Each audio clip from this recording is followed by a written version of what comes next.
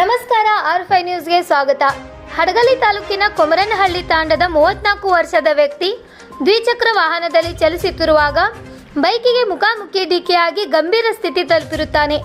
ಆ ವ್ಯಕ್ತಿಯ ಕುಟುಂಬಸ್ಥರು ಹಣಕಾಸಿನ ಸಹಾಯ ಹಸ್ತ ನೆರವಾದಂಥ ಹಡಗಲಿ ಕ್ಷೇತ್ರದ ಶಾಸಕರು ಮತ್ತು ಕಷ್ಟಕ್ಕೆ ಸ್ಪಂದಿಸುವ ಕರುಣಾಮಯಿ ದೀನ ದಲಿತರ ಆಶಾಕಿರಣ ಎಂದು ಕರೆಯಲ್ಪಡುವ ಎಲ್ ಕೃಷ್ಣನಾಯಕ್ ಶಾಸಕರು ಹಡಗಲಿ ಕ್ಷೇತ್ರ ಇವರು ವ್ಯಕ್ತಿಯ ಕುಟುಂಬಕ್ಕೆ ಹಣಕಾಸಿನ ನೆರವು ನೀಡಿ ಆದಷ್ಟು ಬೇಗ ಗುಣಮುಖರಾಗಲಿ ಎಂದು ಹಾರೈಸಿದರು.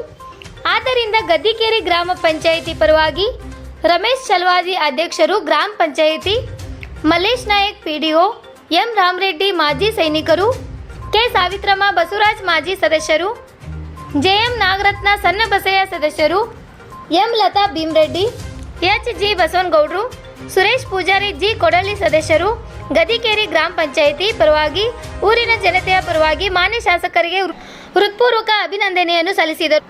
ವರದಿಗಾರರು Santosh H, R5 news, Vijayanagara.